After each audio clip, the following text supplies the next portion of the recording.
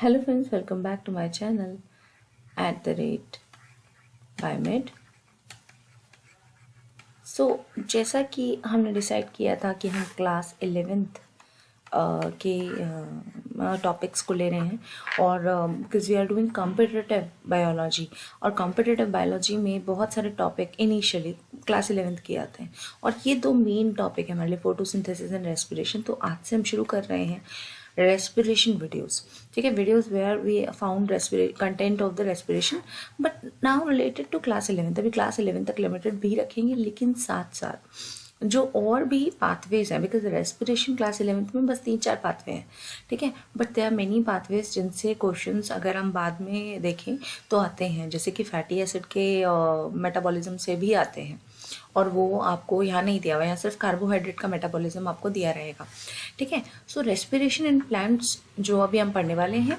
और एक और चीज़, क्योंकि रेस्पिरेशन इन अगर हम क्लास 11th में देखें तो माइक्रो ऑर्गेनिज्म जैसे पाथवेज नहीं पढ़ते हम। एनिमल्स में या तो पाथवे पढ़ते हैं, प्लांट्स में पाथवे पढ़ते हैं। तो यहाँ पर हम कुछ और भी ऐड करेंगे कि बैक्टीरिया में अगर रेस्पिरेशन होता है तो वो कौन से स्पेसिफिक पाथवे यूज़ करते हैं। ठीक है, लेकिन बेसिक से ही स्टार्ट करेंगे और आज की वीडियो एक बेसिक इंट्रोडक्शन वीडियो रहेगी फॉर द रेस्पिरेशन। ठीक है, कि रेस्पिरेशन होता क्या है और क्या क्या इस पाथवे के और क्या केमिकल मोड्स होते हैं, बस इनके बारे में बात करेंगे और एक कंसेप्ट मैप देखेंगे कि रेस्पिरेशन के बारे में हमें NCERT क्लास 11th क्या क्या बताती है। ठीक है, सो आज की वीडियो शुरू करते हैं बिना टाइम लिए। So before starting the video, do not forget to like, share and subscribe my channel। Respiration को शुरू करने से शुरू जब हम कर रहे हैं तो बेसिकली इसमें क्लास 11th में एक टॉपिक ब्रीथिंग भी आता है।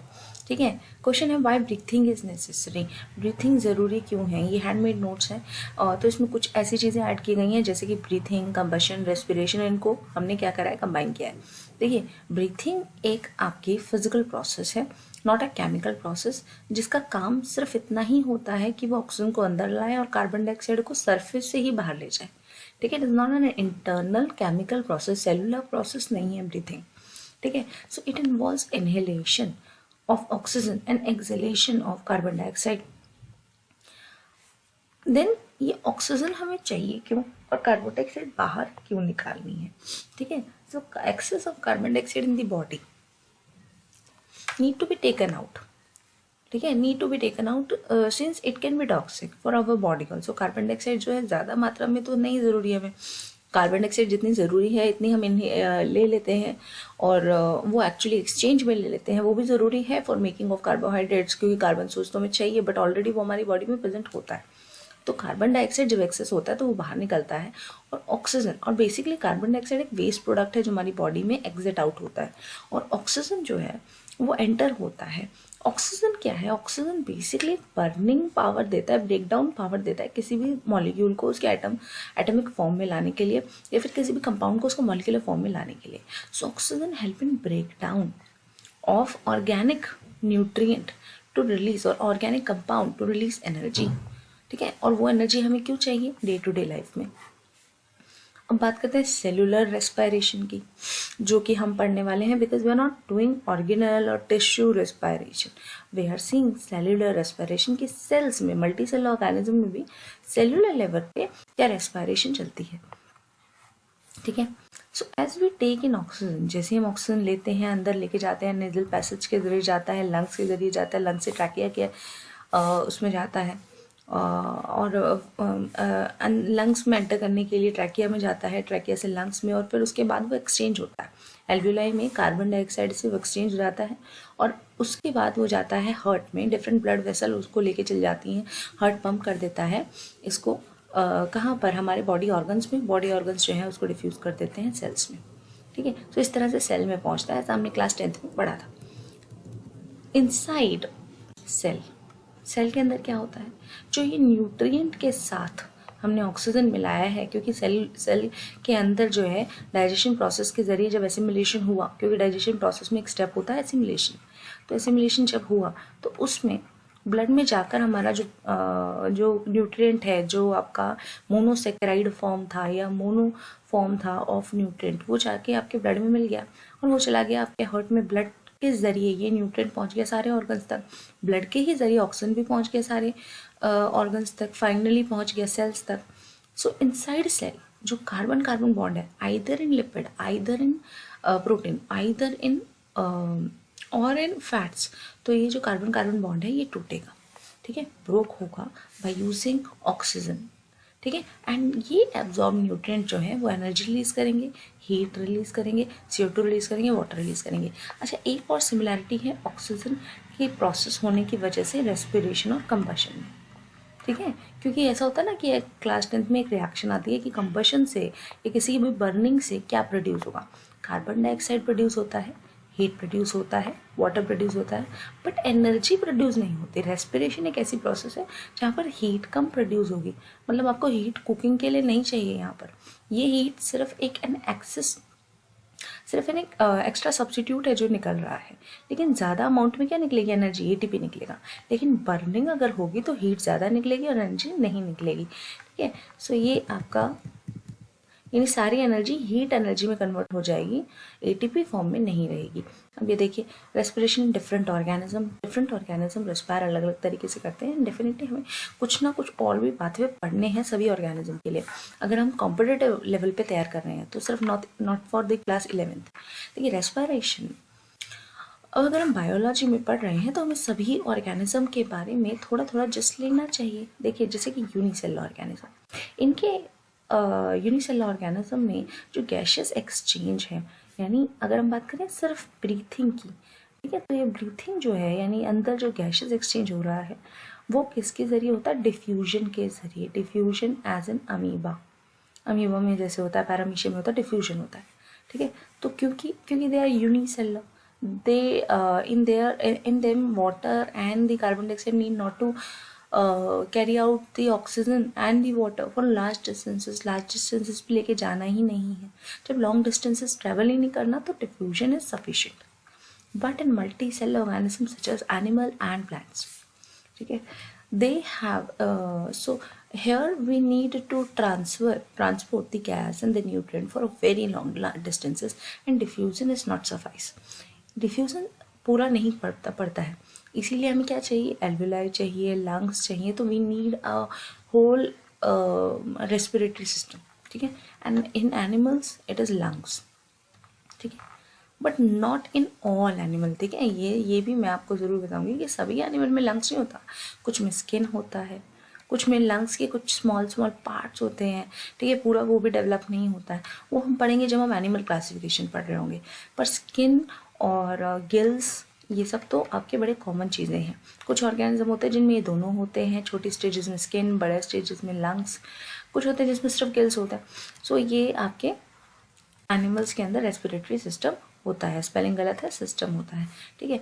प्लांट्स में गैशियस एक्सचेंज के लिए जो यंग स्टेम और लीफ है उनके लिए स्टोमेटा होता है, ठीक है। जो ओल्ड स्टेम हो जाते हैं, जिनके पास बार्क आ जाता है, ग्रीन नहीं रहती वो स्टेम, तो उनके पास वो छोटे छोटे ग्रीन स्टोमेटा तो नहीं होते, वो पोर नहीं होते, बट दे हैव लेंटिसेल्स। और आपको फ्रूट्स में भी लेंटिसेल्स यानी छोटे छोटे छेद देखने के लिए मिलेंगे, which is actually functioning as lenticels, यानी ब्रीथ कर रहे हैं फ्रूट वहाँ से। रूट्स जो होते हैं आपके, वो आपके अंडरनीथ होते हैं, they are not aerial, they are subterranean, यानी वो अंदर दबे हुए हैं, तो उनके पास वो पोर्स का कोई फ़ायदा नहीं है। इसीलिए रूट्स जो होते हैं वो सरफेस यूज़ करते हैं, उनका सरफेस है वो एक्सचेंज कर लेता है गैसेस, और ये जो एक्सचेंज ऑफ गैसेस है जो सरफेस के ज़रिए वो एक्सचेंज करते हैं, वो करते हैं from the intercellular spaces between the water, between the soil के बीच में जो इंटरसेलुलर स्पेसेस होता है उसमें जो वाटर होता है उसमें से वो ऑक्सीजन निकालते हैं, ठीक है। सो रूट्स सरफेस के जरिए रेस्पायर करते हैं, नॉट थ्रू स्टोमेटा। तो प्लांट्स में अलग अलग पार्ट अलग अलग रेस्पायर करता है, एनिमल में सारे पार्ट एक सिस्टम से रेस्पायर करते हैं। यूनिसेलुलर ऑर्गेनिज्म में सिंगल सेल होता है, वो डिफ्यूजन के जरिए रेस्पायर करता है, ठीक है। रेस्पायर यहाँ पर मतलब है सरफेस रेस्पिरेशन, मतलब एक्सचेंज ऑफ गैसेस। अभी हम सेलुलर रेस्पिरेशन की बात कर नहीं रहे थे, ठीक है।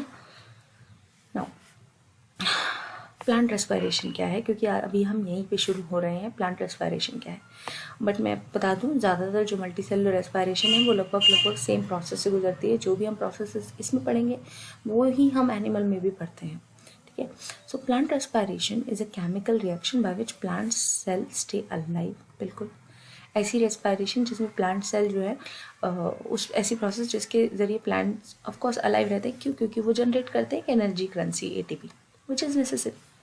प्रोसेस ऑफ रेस्पायरेशन आप देख सकते हैं, glucose plus oxygen carbon dioxide gives water and energy and how much ATP energy.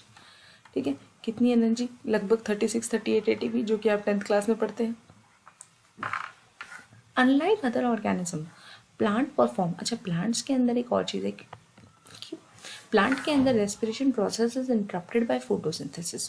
ठीक है, बट सारे के सारे पार्ट तो फोटोसिंथेसिस नहीं कर रहे होते, केवल तो ग्रीन प्लांट यानी कि या तो स्टेम या तो लीफ, ग्रीन लीफ या फिर स्टेम।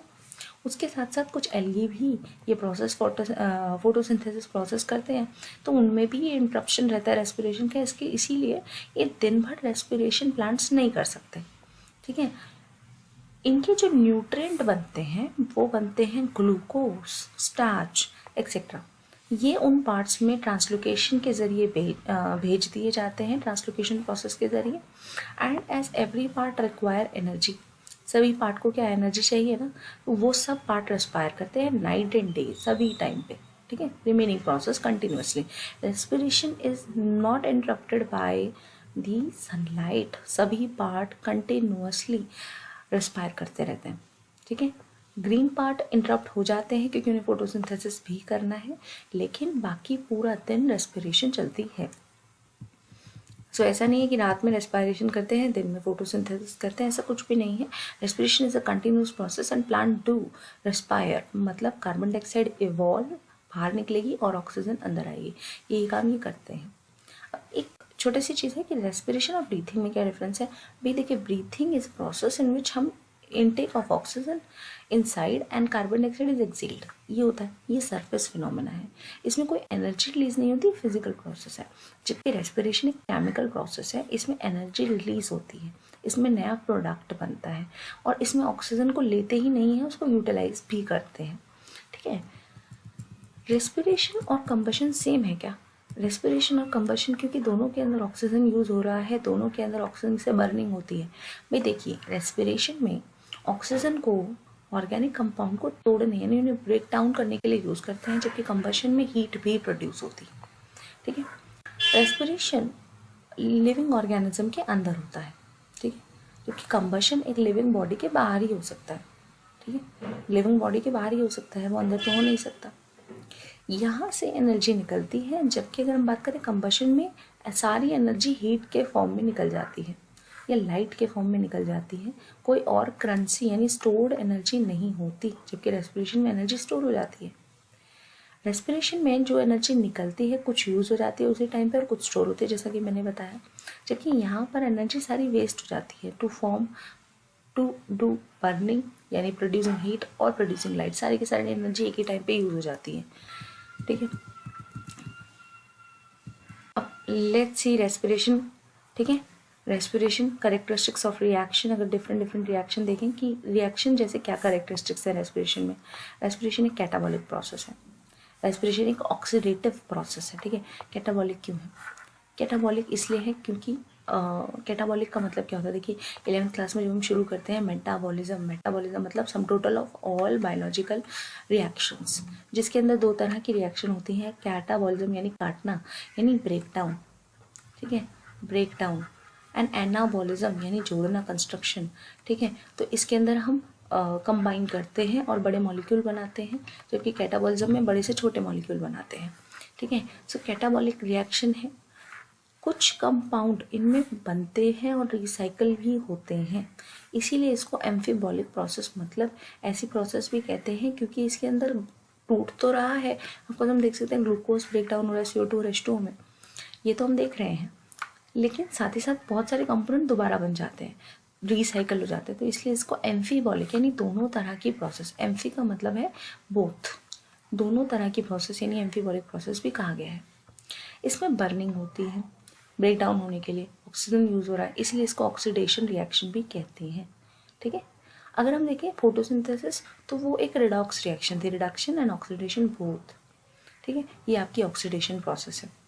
ठीक है, रेस्पिरेटरी सबस्ट्रेट क्या होते हैं? Respiratory substrate mostly carbohydrate, but substrate तो देखिए तीन होंगे, फैट्स भी होंगे और प्रोटीन भी होंगे। लेकिन अगर हम देखें हम कार्बोहाइड्रेट ही क्यों पढ़ रहे हैं, क्योंकि डे टू डे लाइफ में हमें जो एनर्जी मिलती है वो कार्बोहाइड्रेट से मिलती है। ठीक है, carbohydrate instant form of energy है, इसलिए हम ज़्यादातर कार्बोहाइड्रेट पढ़ते हैं। फैट कार्बोहाइड्रेट से ज़्यादा एनर्जी देते हैं, लेकिन वो स्टोर्ड फॉर्म ऑफ एनर्जी होती है।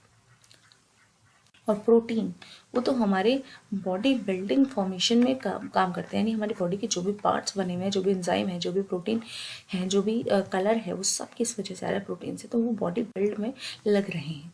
ठीक है, तो जो आपको डे टू डे लाइफ में एनर्जी दे रहा है वो तो कार्बोहाइड्रेट है, इसलिए ज़्यादातर कार्बोहाइड्रेट के सबस्ट्रेट को पढ़ा जाता है।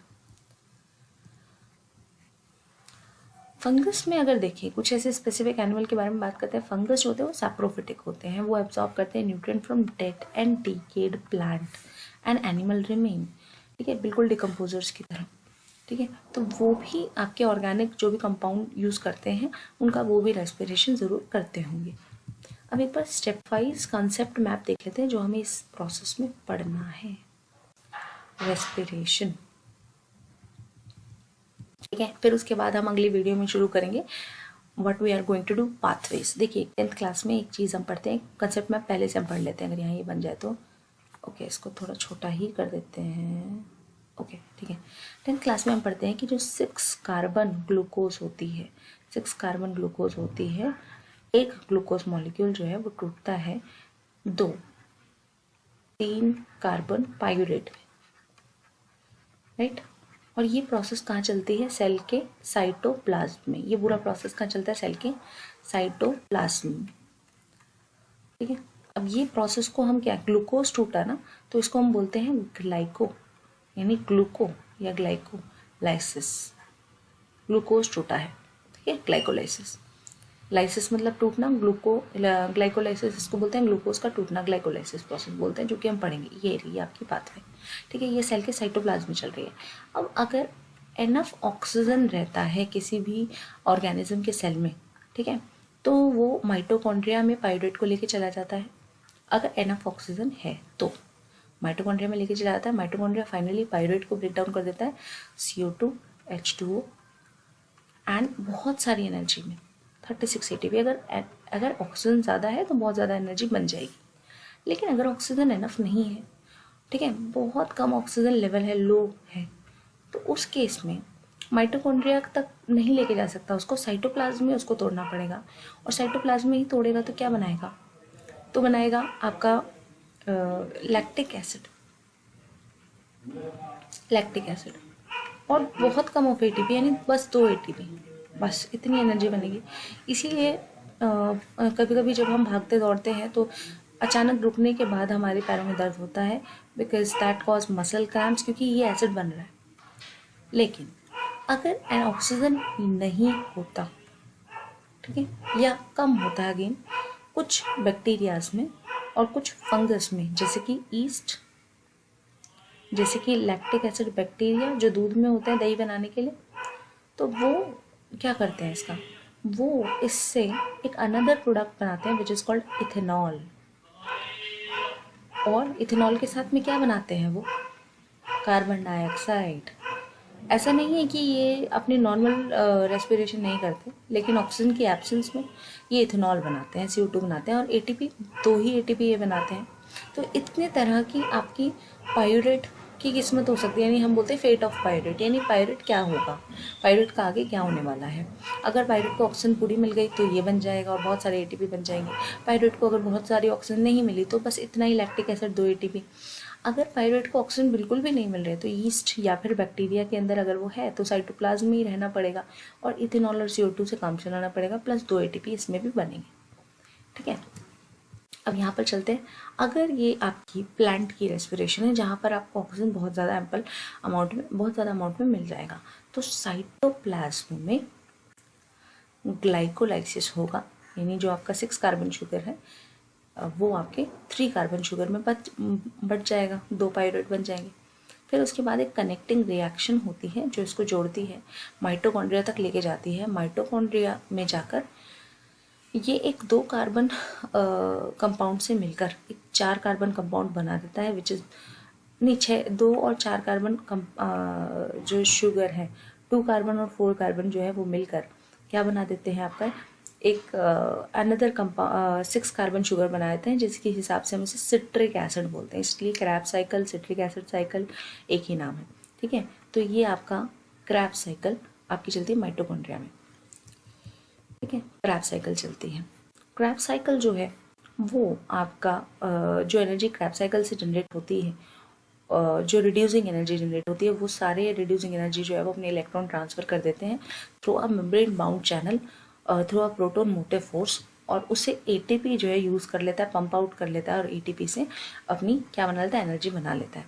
अच्छा, सारी की सारी ही प्रोसेस से अपने अपने लेवल पे एटीपी जनरेट हो रहा है। फॉर एग्जांपल ग्लाइकोलाइसिस से जो सबस्ट्रेट होते हैं, जो इसके अंदर यूज़ हो रहा है रिएक्टेंट, उसी से फॉस्फेट ले लिया जाता है और सबस्ट्रेट लेवल फॉस्फोराइलेशन कर लेते हैं। क्रैब साइकिल भी एक पूरी की पूरी रिएक्शन है। यहाँ पर भी कोई एटीपी पंप तो होगा नहीं अलग से, इलेक्ट्रॉन ट्रांसपोर्ट चेन तो यहाँ है नहीं, यहाँ कोई प्रोटॉन मोटिव फोर्स नहीं बनी, तो यहाँ भी जो इसके बीच में सबस्ट्रेट आ रहे हैं उन्हीं से एटीपी ले लिया जाता है और सबस्ट्रेट लेवल फॉस्फोराइलेशन कर लेते हैं। ये इलेक्ट्रॉन ट्रांसपोर्ट चेन जो है ये तब बनती है जब हमारे मेम्ब्रेन के एक साइड में एक प्रोटॉन ग्रेडियंट जनरेट हो जाता है, ठीक है। तो वो प्रोटॉन मोटिव फोर्स जो है वो एटीपी जो है वो यूज़ कर लेता है, एटीपी हम यूज़ कर लेता है और उसको सारा का सारा प्रोटॉन को एक साइड निकाल लेता है, और एटीपी सिंथेटिक एंजाइम जो है उससे एटीपी बना लेती है।